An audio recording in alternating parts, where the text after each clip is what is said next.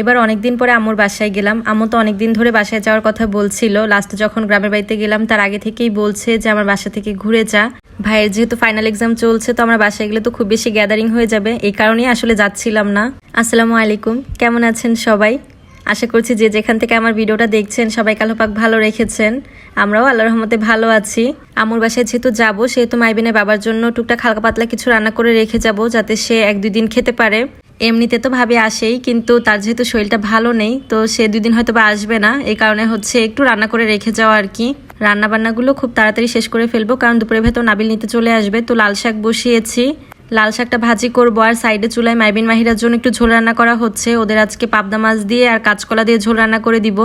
ওরা তো এখনো ঝাল খাওয়া শিখে নেই, যার কারণে হচ্ছে প্রত্যেকদিন আমার ওদের জন্য আলাদা করে রান্না করতে হয়।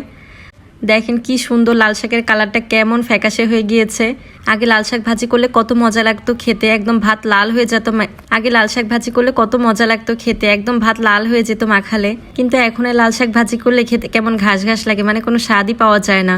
কতগুলো রসুন আর পেঁয়াজ ভাজছি, এগুলো লাল শাকে দিব, কিন্তু বেশি একটা মজা লাগবে না জানি। তো পাশের চুলায় কিন্তু মাইবিন মাহিরার জন্য ঝোল রান্না করা হচ্ছে। মোটামুটি ঝোল হয়ে গিয়েছে।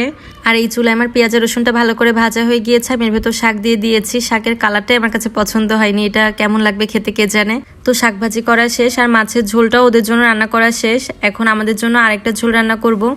তো আগে হচ্ছে পেঁয়াজ বেরেস্তা করে উঠিয়ে রাখলাম, আর এখন মাছটা দিয়ে দিলাম। মাছটার সাথে কিন্তু হলুদ, মরিচের গুঁড়া, লবণ মিশানো ছিল। তো ওটা দিয়ে তেলের উপরে ভালো করে কিছুক্ষণ কষিয়ে নিলাম। আচ্ছা, একটা আপুর কমেন্ট আপনাদের সাথে শেয়ার করি। আপুটা বলেছিলেন যে মাছ না ভেজে কিভাবে খায়, ইয়াকছি, মানে এরকম একটা এক্সপ্রেশন সে দিয়েছিল। তো কি বলবো, মানুষের রুচি তো আর একরকম না, সবার টেস্ট বারও একরকম না, এক একজনের চয়েস এক এক রকম, সেরকম খাবারের রুচিটাও এক একজনের এক এক রকম। শুধু যে আমি একমাত্র প্রাণী যে মাছ না ভেজে খাই এমনটা কিন্তু না। অনেক আপুরাই কিন্তু মাছ না ভেজে খান, আবার অনেকে হালকা ভেজে খান, আবার অনেকে একদম কড়া ভেজে খান। তো এটা হচ্ছে যার যার রুচির ব্যাপার, যে যেভাবে পছন্দ করে সে সেভাবেই খায় আর কি। আমার বোনের হাজব্যান্ডের কথাই বলি, ওরা যেরকম মাছ না ভেজে একদমই খেতে পারে না, আমাদের খেতে আবার সেরকমটা না, আমরা মাছ না ভেজেও খেতে পারি। তো আমার মনে হয় না এটা ছিচি করার মতো কোনো বিষয়। যাই হোক, তো আমার রান্না কিন্তু শেষ। আমি লাস্টে একটু পেঁয়াজ বেরেস্তা আর ধনিয়া পাতা ছিটিয়ে দিয়েছি। আর এর ভেতরে আমার ভাইও চলে এসেছে আমাদের নিতে। আমার কথা কি বলবো, আমি তো সবসময় লেট করি। দেখেন ও আসছে, তারপরে আমি হচ্ছে জামা কাপড় গুছাচ্ছি। মানে আমি আগে থেকে গুছিয়েও রাখিনি। আর ও তো এসে ভীষণ রাগ হয়, আমার বাসায় আসলেই ও রাগ হয়, বলে তোর বাসায় আমি আর আসবো না, তুই আমাকে বসিয়ে রেখে সবসময় রেডি হোস। আমি কি করব বলেন তো, আমি 2টা বাচ্চা নিয়ে খুব তাড়াহুড়ো করে রেডি হতে পারি না।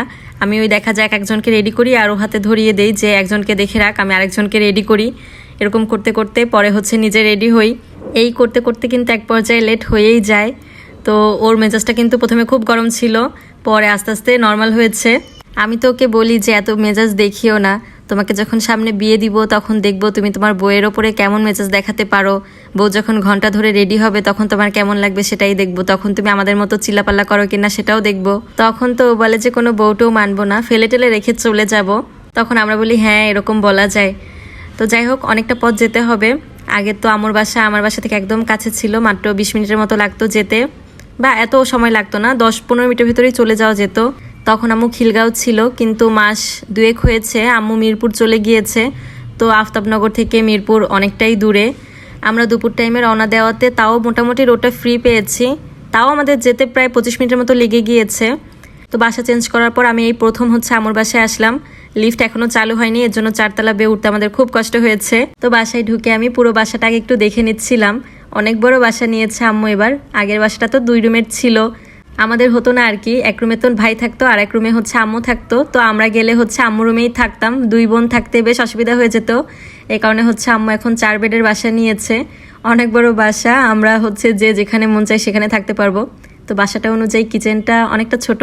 আগের বাসার কিচেনটা অনেক বড় ছিল আর একদম আম্মুর মনের মতো ছিল। তো এই বাসার কিচেনটা একটু ছোট হওয়াতে আম্মুর মন খারাপ। তারপরে বুঝ দিলাম যে বাসাটা তো বড়, কিচেনে আর তুমি কত সময় থাকবা। আম্মু আর ভাই থাকে বাসায়, তো জায়গার জিনিস একদম জায়গায় থাকে, একটু নড়াচড়া হয় না। আর আমরা এসেছি এখন, তো বাসা বাড়ির অবস্থা খুবই অগোছালো হয়ে যাবে, কারণ আমার মাইবিন যেই দুষ্টামি করে। আম্মু সবকিছু এত সুন্দর করে গুছিয়ে রেখেছে, তো ভাবলাম সবকিছু লন্ডভন্ড হয়ে যাওয়ার আগেই কেননা আমি একটু ভিডিও করে রাখি। তো আপনাদের সাথে একটু শেয়ার করলাম আর কি। আজকে ভিডিওটা এখানেই শেষ করে দিচ্ছি। সবাই ভালো থাকবেন, আল্লাহ হাফেজ।